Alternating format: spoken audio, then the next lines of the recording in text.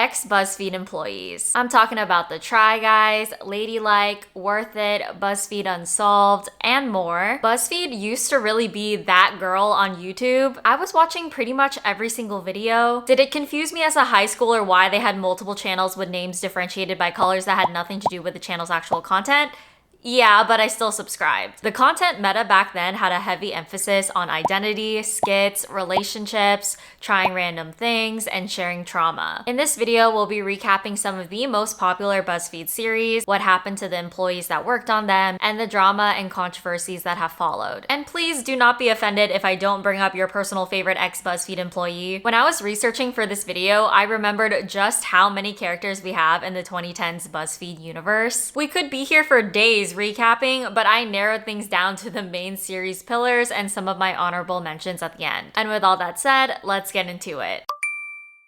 First off, we gotta get into the Try Guys. Their first video was guys try on ladies' underwear for the first time. This came out in September 2014 on the main BuzzFeed video YouTube channel. The core members of the Try Guys were Keith, Zach, Eugene, and Ned. It's so interesting to see what the style of content was back then. This underwear trying video was only 2.5 minutes long. The title is super straightforward. You kind of already know what you're gonna expect in the video, so there's a level of familiarity, but still interest to see if the video is going to match the expectation that you have in your head. And it's also content that's easily shared. I don't know if BuzzFeed and the Try Guys can fully be credited with starting the video concept of X person tries X thing, but they definitely milked the hell out of it. The core premise of their series was just 4 guys trying things outside of their comfort zones, which kept things pretty flexible, repeatable, and adaptable. Since they kept the cast consistent to the 4 of them, viewers were also able to develop very strong parasocial relationships. The Try Guys series was active on BuzzFeed from 2014 to 2018 and produced 114 episodes. Each of these videos would get millions and millions of views. But by April 2018, all 4 of them had left BuzzFeed, and by June, they had already launched their own channel. In a video, they shared that they had various reasons why they decided to leave BuzzFeed, whether it be for growth opportunities, more ownership of their work, creative control, and simply not getting paid enough. Along with their new channel, they started their own company called Second Try LLC. There had been some discussions around how the Try Guys were even able to keep their name Try Guys even after leaving BuzzFeed, since BuzzFeed legally had rights to the name. I read on The Hollywood Reporter that in the beginning, BuzzFeed actually stayed representing Second Try LLC on advertising and branded content sales. So my understanding is that they let them use the name in exchange for some cut in their sponsorship deals. It honestly does make sense for BuzzFeed to just do this because there was no way they would have been able to continue the Try Guys without the actual Try Guys anyway. At least they weren't petty and actually worked out a deal. And apparently it was only in place for about a year because by the end of 2019, the Try Guys were completely independent from BuzzFeed. The first series that they started on the new channel was a parenthood series following Ned's life as a new dad. Since then, they've had popular series like Without a Recipe, Keith Eats Everything at X Place, and continuing with their OG content concept of Try Guys Try X Thing. And Keith also started selling his own hot sauce. In addition to their main channel that currently sits at around 7.9 million subscribers, they also have 3 podcasts. The Tripod, which is the main podcast hosted by whichever Try Guys were still active at that point in time. You Can Sit With Us, which is supposed to be more of a womanhood, female friendships vibe that used to be hosted by what they call the Try Wives, aka Maggie, Becky, and Ariel, but is now hosted by Maggie, Becky, and Matthew. I think we all know why Ariel is no longer a part of this, but if you somehow don't know, don't worry, we'll be getting into all of that really soon. And the Guilty Pleasures podcast, where Kelsey, Garrick, and Zach talk about movies and shows. You might recognize Kelsey from also being an ex-BuzzFeed employee. She also hosts her own podcast now. The Try Guys actually work with a lot of ex-BuzzFeed employees, which makes sense because networking. Notably, one of their senior editors is YB. She also has her own YouTube channel and is an ex-BuzzFeed employee. I think she left BuzzFeed around the same time to literally join the Try Guys. Ash is also ex-BuzzFeed and works with the Try Guys. He's a part of the Try Guys universe of reoccurring characters, since they've expanded to not just featuring the same 4 men in their videos and have a much larger cast now. Now let's get into the drama because the OG Try Guys started as 4 and are now down to 2. From the early days of the Try Guys, Ned has always been the wife guy, always talking about how much he loves his wife, his devotion and appreciation for his wife. Oh, by the way, did you know he has a wife? It was truly his brand and character when it came to the personas that the Try Guys had crafted for themselves. And while online personas should always be taken with a grain of salt and tend to be dramatized for entertainment entertainment purposes. The irony of this entire situation is just so wild. In September 2022, rumors started circulating online that Ned was having an affair with a Try Guys employee. Obviously, cheating is already horrible, but on top of that, he's cheating with someone that he has a power dynamic over. There were photos and recordings of them circulating online. Notably, there was an anonymous user on Reddit posting evidence of the affair that turned out to be the employee's fiance. I mean, ex-fiance now, they're obviously not still together, but fiance at the time. There was even a photo of Ned and the employee allegedly at a Harry Styles concert. The Try Guys posted a video and statement saying that Ned is no longer a part of the Try Guys. They only found out about the affair after people brought it to their attention online. They then confirmed with Ned that it was true and had been going on for some time. So then they worked to take all the necessary steps to remove him, including editing him out of episodes and straight up throwing out some videos that couldn't be salvaged. By that time, Ned and Ariel had already posted their own statements to their individual Instagrams. Since then, they have stayed together and are keeping their relationship and lives private, neither of them posting on social media anymore, which makes sense. The Try Guys continued on without Ned and things were pretty okay. A lot of people online expressed the sentiment that Ned was their least favorite Try Guy anyway. Ariel hadn't been fired from the You Can Sit With Us podcast at this point, but she was given time to take a step back and reevaluate, and she didn't end up staying, which again makes sense. SNL did make a skit mocking the entire drama, but it was giving pro Ned. In the skit, they implied that Ned messed up by not telling his friends about a consensual kiss that he had. It received backlash because what do they mean consensual kiss? They forgot to mention that it was between a boss and an employee. People dug up some old clips of Ned talking about how he has multiple connections or friends who write at SNL, which would explain the stance that their joke had on the entire situation. Oh, but just because he has a friend at SNL doesn't mean they wrote the skit. No, people were able to dig that up as well, and they confirmed that the friend wrote the skit. Jumping ahead to May 2024, the Try Guys announced that they're starting their own streaming platform. The main reason being that the YouTube algorithm prevents them from being able to focus on content that they actually want to make. They market it as a way for them to be able to directly connect with viewers without platform changes on YouTube getting in the way. They say that they're not leaving YouTube, but instead giving viewers an option to get more content, whether it's old videos, uncensored things, exclusive videos, or early releases. They officially expand their cast and they announce it all as Second Try, with the streaming platform costing about $5 a month. Now, the audience reaction to this wasn't crazy positive because I think anytime you're asking your audience to pay for something, there's gonna be some reasonable pushback and hesitancy. But later in this video, we're gonna get into a similar announcement that was made like a month prior to this that was received 100 times worse. I think the main reasons the Try Guys didn't receive too much negative talk around this announcement is that, for one thing, they didn't try to leave YouTube altogether, meaning that people who didn't want to or couldn't pay for their platform would still be able to have free access to their content. Another reason being that their announcement video had a lot more going on that created excitement and positive emotions. They didn't make it about money, they made it about wanting to connect with their audience better, even though at the end of the day we know it's about them needing to make money. And that's not me shading them for that, it's just a fact of running a business, you need to make money. But they strategically talked about this without mentioning the need for money because it's always gonna rub people the wrong way when you tell them that you need their money. And lastly, they teased the fact that Eugene was leaving the Try Guys in their announcement video, which gave people a whole other thing to comment on and discuss. And literally one day after their announcement, they posted a video called Love Eugene, where Eugene explained why he was leaving. Essentially, it's been a long time coming, no hard feelings, he just wants to work on his own personal projects in film and writing, and also express some desire to live a little bit more privately. So it's like, boom, we announced a streaming service that people might not love, but also, hey guys, Eugene's leaving, let's be sentimental and a little bit sad and excited for him. Eugene shared that he's been writing and developing a film that will be his directorial debut, and will have 2 books set to come out sometime in 2025. More recently, there was some Disney World drama. The Disney adults were mad, and I don't mean that in a way like, oh haha, Disney adult, because low-key, I am also a Disney adult. So last December in 2024, the Try Guys did an Ultimate Disney World scavenger hunt video, and people did not like the way that Zach acted in it. In the video, they got points for doing certain things at Disney with a budget restriction, one of them being riding rides. In the video, Zach would go up to cast members and ask them if he could skip lines, which of course puts cast members in an uncomfortable position to say no or say yes to this person. People also pointed out that it felt like cheating in the game that they set up, because normally if you want to skip long lines at Disney, you need to pay for Lightning Lane. I don't really care about the whole cheating in the game aspect because it's the game that they made up, so it's up to them to decide if that was cheating or not. But I definitely think it's not right to put cast members in that position, and it's pretty entitled to think you can skip just because you're filming for a video. People also had a problem with Zach asking cast members for magic, as if this is something you can just do and expect cast members to bend rules for you. It's not a good example to be setting for people watching who aren't familiar with Disney and will think that they can just do the same thing and receive the same benefit. Like, there's always gonna be Karens at Disney causing a ruckus, but this is just adding fuel to the fire. They had also posted a short of them doing a challenge involving hugging. Basically, there's a fake rule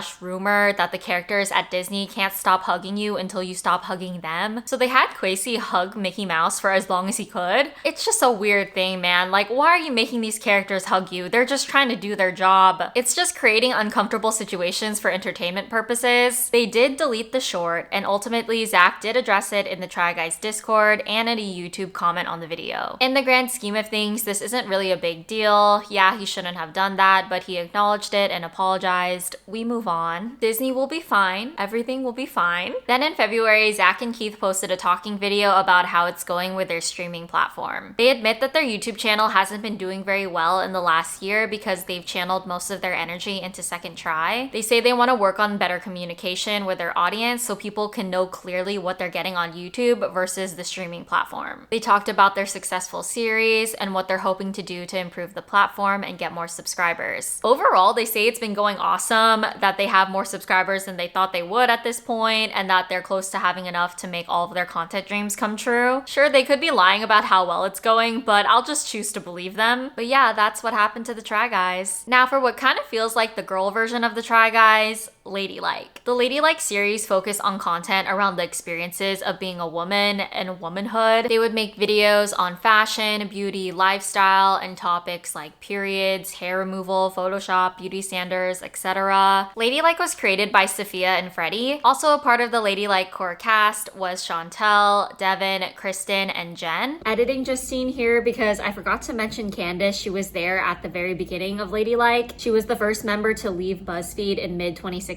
I wanted to include her because she was there, so just giving her some credit. They first started in October 2015, but it really popped off in 2016 going into 2017. But then in March 2017, Sophia posts on her main YouTube channel a Why I Left BuzzFeed video that got 15 million views. In her video, she says that the main reason she left was to have independence. One thing she wasn't able to do while at BuzzFeed was respond to comments. She wasn't allowed to respond or like comments that she saw and really loved, or ever answer questions or clear up misconceptions. She also didn't like that the work she was doing was not transparent to viewers. Even though she and Freddie created Ladylike, many people thought that she was just an actress on the show. Conversely, there would be other things created by BuzzFeed that people would ask her about that she would have no ownership on. So it was like she couldn't get credit for the work she did do and was being held accountable for work that she didn't do. She also spoke about how during the 15 months that she and Freddie were working on Ladylike, they couldn't get a clear answer from higher-ups on where they saw the show going or what the future of Ladylike was. She realized that her role as a video producer was never going to give her the kind of responsibility that she wanted. There's also an element that her face, name, and likeness were heavily tied to Ladylike when she didn't even own any part of it, and again didn't have control over the higher level direction of it. Her goals just didn't align with the company anymore, and she had been wanting to run her own YouTube channel, so that's just what she did. She expressed interest in having other Ladylike members come and collaborate on her channel, but says it's not something that's possible anymore, alluding to the fact that BuzzFeed has probably not allowed that to happen, which makes sense. Her channel after her BuzzFeed exit grew really quickly and currently has over 10.2 million subscribers. The vibe is just her and her husband making cool and fun videos. There's not one specific genre. Sometimes she's traveling, sometimes she's mixing together every scent of candle or shade of lip gloss, or sometimes she's trying out different tutorials or challenges and some fashion videos and more. She's really built her channel off of having a consistent video format, so even though the topics and subjects of each video can vary, you still have an idea of what to expect based on her personality, editing format, and storytelling. People have kind of made fun of her for the way that she speaks, and they say that the pacing inflection is really giving influencer. I see what people mean by this, but I don't really think it's a bad thing. I mean, there's a reason she talks like that and her videos do well. Some people say it sounds super unnatural, but I don't think that the content she's producing is supposed to come off natural. Like, she's not having a conversation with you. She's melting every lipstick from Sephora together. This is supposed to be consumed as entertainment. I don't know. I mean, if you're bothered, you don't have to watch her, but I do think it's kind of iconic that her talking cadence has become that recognizable and well known. When Sophia left, there was some talk online that BuzzFeed was intentionally trying to shade her for leaving. I mean, Sophia was one of the main faces of Ladylike. She leaves and starts making her own content, essentially becoming a direct competitor. Just 1 month after Sophia's Why I Left video, Ladylike announces that they're starting their own YouTube channel. And the months that follow include a lot of accusations against BuzzFeed allegedly copying Sophia's video ideas. But honestly, from what I saw, it doesn't seem like they were. It was probably more of a situation that the niches were already so similar, and the strategies of coming up with ideas for videos was probably also very similar, if not identical, because I'm sure Sophia took what she was doing when she was working at BuzzFeed and used that to start how she would do things on her own. And I assume posting videos at a corporation like BuzzFeed requires so many annoying hoops and reviews that it would probably be super unproductive and slow if they had to get all of their ideas from waiting for Sophia to post a video about it first. And some of the timelines weren't timelining. Like, Sophia would post a video and then BuzzFeed would post a kind of similar video the next day. There's just no way a corporation like BuzzFeed would have that quick of a turnaround for a copied video. And there was also some shade thrown in a BuzzFeed video posted on October 2017, where this girly Lindsay ends it by saying "shamash it being the subscribe button. This was interpreted as shade.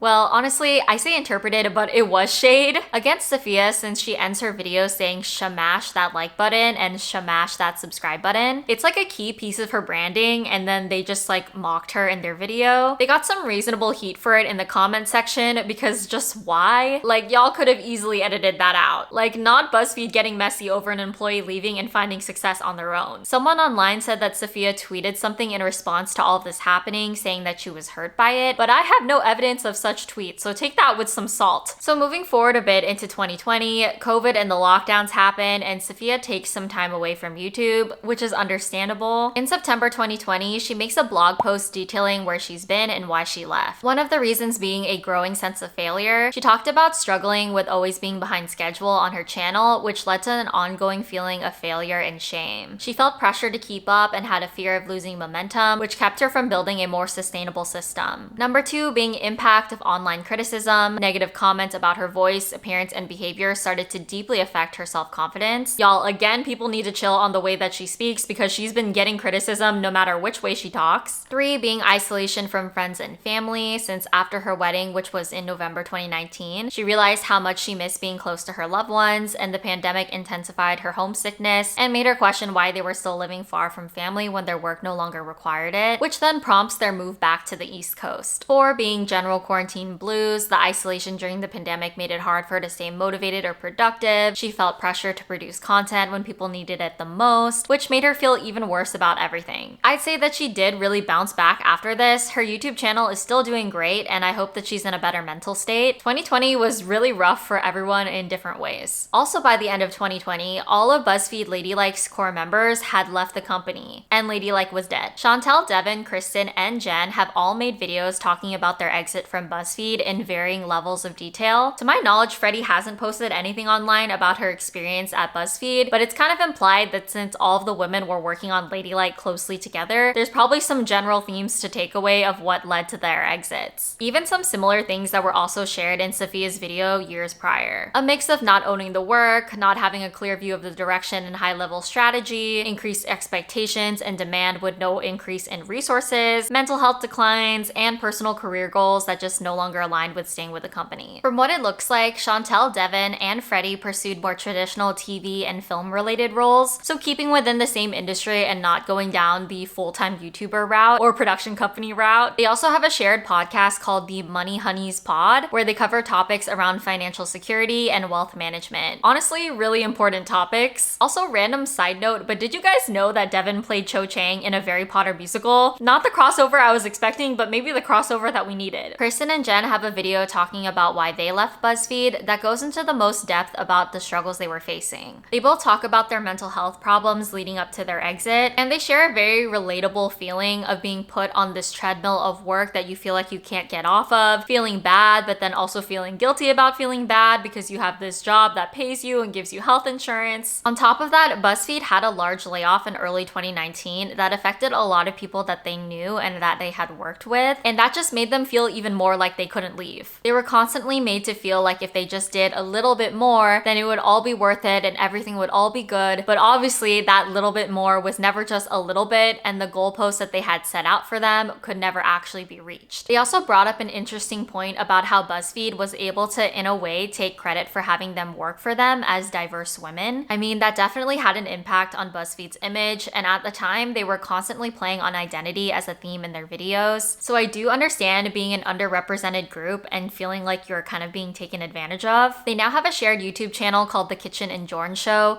where they make videos trying different things. It's also giving the niche of you watch because you like the people and their personality, and they just do various things on their channel. In 2022, Devin had posted this tweet saying that BuzzFeed got rid of the Ladylike channel on YouTube and moved their videos onto their various other channels. The original Ladylike channel had 3.6 million subscribers and over 500 videos. This obviously feels pretty messed up because it's like a deletion of the representation of the work and impact that the Ladylike women had. But I also understand why BuzzFeed would get rid of it, since the show was over and it effectively became a dead channel. Instead, they now have a playlist that has all of the Ladylike videos, most of them having been moved to their As Is channel, which was previously called BuzzFeed Yellow. Side note, I had no idea that YouTube channels could move videos that were on one channel onto other channels, like keeping the original posting date, the views, the likes, the comments, everything. That shook me. But I see that it makes sense for YouTube to have that feature for big channels and production companies so that they're able to reorganize their content, but it just never occurred to me that that was a thing. So unlike the Try Guys, the Ladylike crew had mostly split up to work on their own personal projects and pursue their own career goals, but they still remained friends for the most part. I'm not really sure how Sophia feels about them and how they feel about her, but the other ladies seem to be on good terms. I imagine it's pretty interesting for ones less in the public spotlight now to look back at their time on the show, because it's kind of like seeing a time capsule of who you were back then, and knowing that that's how majority of the internet will perceive you forever because you're not constantly posting and updating. It's kind of like when you randomly remember how you were in high school and you cringe, and part of that is thinking that that version of you is how people you haven't spoken to since then think you are to this day, because I mean, they have no other thing to go off of. But take that, and it's not just hundreds of people at your high school, it's millions of people, and the version they saw wasn't even fully you, it was just an edited and produced version of you. Just wild. So now we're at the BuzzFeed Unsolved and Worth It of it all. Two unrelated series, but the people involved become intertwined, so just stick with me. BuzzFeed Unsolved was created by Ryan in 2016 and ran until November 2021. The video format was basically Ryan talking about an unsolved case to someone, and then there's some banter, some questions, and some theories get thrown around. The content involved unsolved true crime cases and also evolved into covering supernatural cases. Shane wasn't part of it originally, but he was brought on pretty early on because the first guy named Brent didn't have time to keep doing it. And honestly, it must have been meant to be because Ryan and Shane's chemistry together is a huge reason for the success of the series. They have a skeptic versus believer dynamic where Ryan believes more of the supernatural and paranormal activity, and Shane is the one demanding evidence, dismissing explanations, and testing the ghosts. Ryan is often seen as more extroverted and animated, while Shane brings a more laid-back, introverted, sarcastic humor kind of energy. I personally love the true crime recaps, but for the supernatural videos, I don't care for them as much because why are you scaring me when I'm just looking for a fun little video to watch while I eat my lunch? And all the supernatural documentary videos on YouTube follow the same formula of going to said haunted place, trying to catch ghost activity, and then kind of getting something, but also nothing concrete ever happens. Anyways, I'm not trying to yuck your yum if you like that content. In 2018, the series began streaming on Hulu and Amazon Prime, but then by late 2019, Ryan and Shane, along with Steven from BuzzFeed's Worth It, launched their own production company called Watcher Entertainment. But even after doing this, they continued to produce BuzzFeed Unsolved content for BuzzFeed as freelance producers. For a while, even after they stopped working with BuzzFeed, BuzzFeed would repost their old content. But recently, as in just a few weeks ago, Ryan and Shane came back to BuzzFeed, probably still as freelance producers, posting a video called The Real Life Exorcism of Emma Schmidt. Someone commented that the return to BuzzFeed Unsolved is an insane recession indicator, which is so funny, and I think I might know some of the reason why they're back that we will get into a bit later. So Worth It was a BuzzFeed series that started in 2016 by Steven, where he and co-host Andrew would try the same food at 3 different price points and decide what they felt was the most worth it. The show actually started with Steven and Keith from the Try Guys, but I assume since all of these popular series were happening at the same time, that Keith was probably busy with Try Guys work, so they had to find a new co-host. They also had a camera and sound guy, Adam, traveling with them. So they were like this trio, and it was a very successful series. At its peak, it was getting over 40 million views per video, but even towards the series end, it would still rack up at least 1 million views per episode. Similar to Ryan and Shane, Steven had left as a full-time employee in 2019 because they started Watcher Entertainment together, but he stayed contractually working with BuzzFeed to finish out the Worth It series through its end in April 2023. They had created a show under Watcher Entertainment called Travel Season, which was like Worth It's successor with Andrew, Steven, and Adam. They now post the series on YouTube under the channel name Andrew, Steven, and Adam. It's definitely Worth It series vibes, but they aren't outright calling it Worth It for obvious reasons that BuzzFeed probably owns that name and won't give it to them. So Watcher Entertainment started as a YouTube channel, continuing the same kind of supernatural, true crime, and food content that the creators' popular series on BuzzFeed had done. They have series like Ghost Files, Mystery Files, Dish Granted, Homemade, etc. Basically, Ryan and Shane doing similar supernatural crime content with their dynamic, and Steven doing food content, whether it's cooking food or trying and reviewing food. The channel gained millions of subscribers, production quality was high, and it was not doing bad by any means. Until, raise your hand if you witnessed the downfall of Watcher last year in April 2024. Steven, Ryan, and Shane posted a video to their Watcher YouTube channel announcing that they were starting their own streaming platform and saying goodbye to YouTube. Like, I'm pretty sure the title of their video was literally Goodbye YouTube. Basically, they weren't making enough money on YouTube to produce the same quality of content that they wanted to make, so they framed it like they had no choice but to move on to this separate streaming platform, and they said, if you can't afford it, sorry, bye. There's a line where Steven says that they chose to price it at $5.99 a month so that anyone and everyone can afford it, which received a lot of backlash because, bro, what do you mean? There was a huge lack of regard for their supporters and their fans. People also pointed out that they should be receiving a lot of money through AdSense on their long videos, brand deals, merch, and thousands of Patreon supporters. So basically the theme of the response to this was, wow, the audacity. A lot of the hate actually went onto Steven more than Ryan and Shane. The understanding was that Steven had more of a say in this decision and was taking on more of the CEO responsibilities in the company, and Ryan and Shane were more just creatives. For context, when they started the company, they were all co-CEOs, but apparently Steven officially became the sole CEO at the start of 2024. So the goodbye video has since been privated or deleted because they did end up going back on their announcement. They posted an update video less than a week later, which has also since been removed off YouTube, besides the re-uploads, which, side note,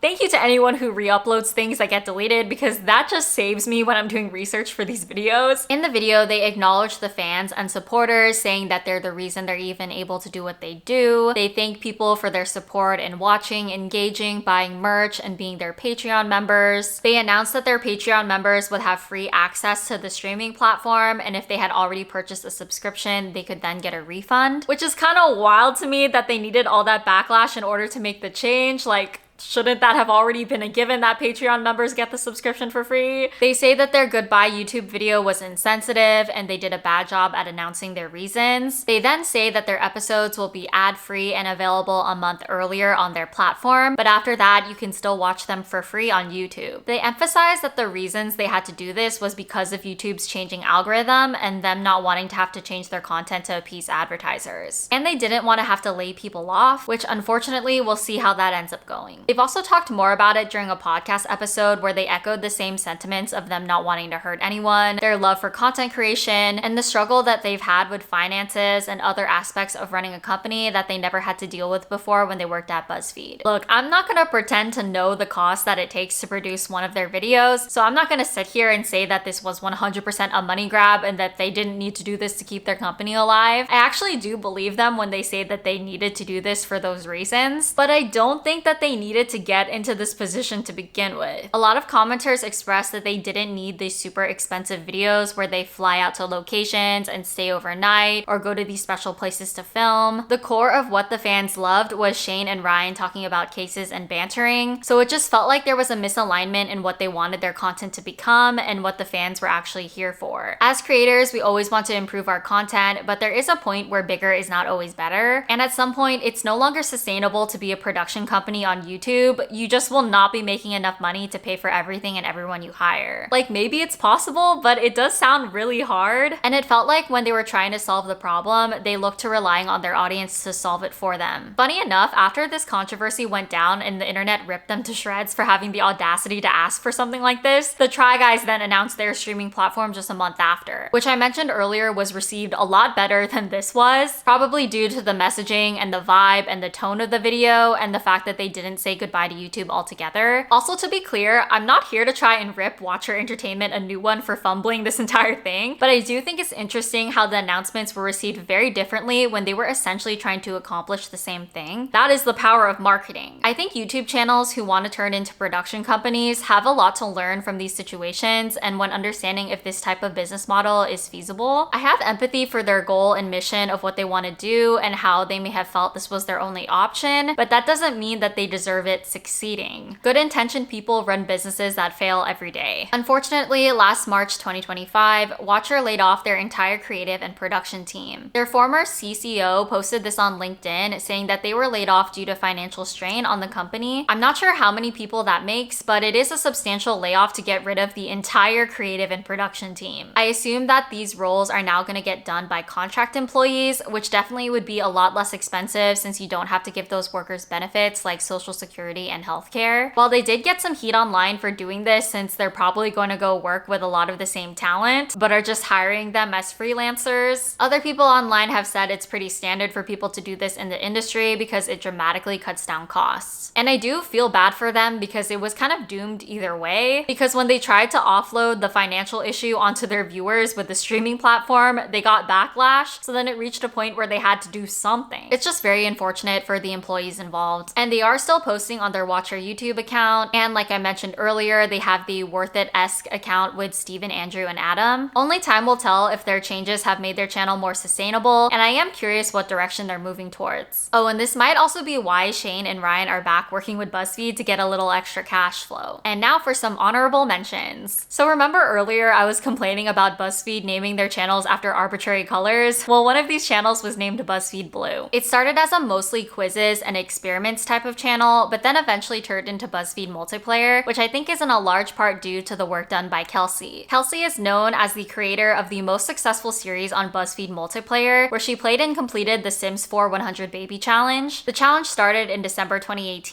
and ended in March 2021. The videos combined getting over 100 million views. In March 2021, after the challenge was complete, Kelsey announced that she was leaving BuzzFeed. She said getting to be one of the founders of BuzzFeed Multiplayer and seeing the success of the 100 Baby Challenge was her seeing her dreams come true. She's grateful for BuzzFeed's connections and resources that it gave her and the people she was able to work with, but at the back of her mind, she always wondered if she could do it herself. And so ultimately, that's what she decided to try and do. So since then, Kelsey has pretty much become a full-time Sims YouTuber and streamer, and she's also an author of a fantasy novel called Voice of the Ocean. There was some drama around her last summer where she hard-launched her boyfriend on social media, saying that they were long distance for almost 2 years and are now moving in together. I assume that they're still together because the posts are still up, but basically a girlie named Dora came forward on TikTok and exposed the boyfriend as being a cheater who not only cheated on her but also cheated on other women. And she came with the receipts and showed some really cringy text messages. Basically the timeline being that he was cheating on Kelsey and her for a couple months of overlap. Kelsey did leave some comments saying that the cheating was not true and that she's a private person. People on Reddit said that she addressed it also in a Twitch stream with that same energy, but I have no evidence of that, so take that with some salt as well. Now let's talk about Michelle, because you guys, I love her content. I don't even really remember what she was doing at BuzzFeed at this point. I know she was in some skits, some X trying X thing type of videos, and towards the end of her time on BuzzFeed, she kind of started doing videos similar to what she does now on her main channel. But I just love watching her YouTube channel today. I often forget that she was ever on BuzzFeed. She left in 2016 and now does a lot of challenge type videos where her videos are her trying out different occupations or programs. The storytelling is so good, the pacing is so good, the content is just so good. Probably my favorite YouTuber to come out of BuzzFeed. She has talked about her past time on BuzzFeed and described working there as like attending grad school for YouTube. She learned a lot of valuable lessons around content creation and storytelling during her time at BuzzFeed, but running her own YouTube channel and being an entrepreneur was always her main goal. I'm also kind of shook because her video production quality is super high, and I'm sure she has a great team working for her behind the scenes, and she's able to execute all of this without asking people for more money and putting content behind behind a paywall. And arguably the most successful, depending on your criteria of success, of ex-BuzzFeed employees is Quinta. While she was at BuzzFeed, she was a part of many comedy skits and also featured in more of the like trying XYZ type of videos here and there. You probably also will remember seeing her in videos with Justin and Zach. She left in 2018 and went on to become an Emmy award-winning producer and actor. She won an Emmy for outstanding writing for the comedy series Abbott Elementary. She seems to still be on good terms with BuzzFeed. I think she's the only ex-BuzzFeed employee who posted their Why I Left video on BuzzFeed's actual YouTube channel, which is pretty funny. Not trying to say that becoming a successful YouTuber or starting your own production company aren't great successes on their own, but I think Quinta really stands out for finding success outside of those paths. And with all of that, we've reached the end of the video. I hope you guys enjoyed going through all of this ex-BuzzFeed employee lore with me. Quick celebration for us reaching 20,000 subscribers. To be honest with you guys, I had put 10,000 subscribers as my goal for this year and was mentally prepared to not even reach that. So the fact that we've doubled that original goal and we're only halfway through the year is actually like insane to me. Thank you so much for all your support. Please let me know what you guys think in the comments and keep leaving requests. Like and subscribe to support the channel, and I will see you guys next time. Bye!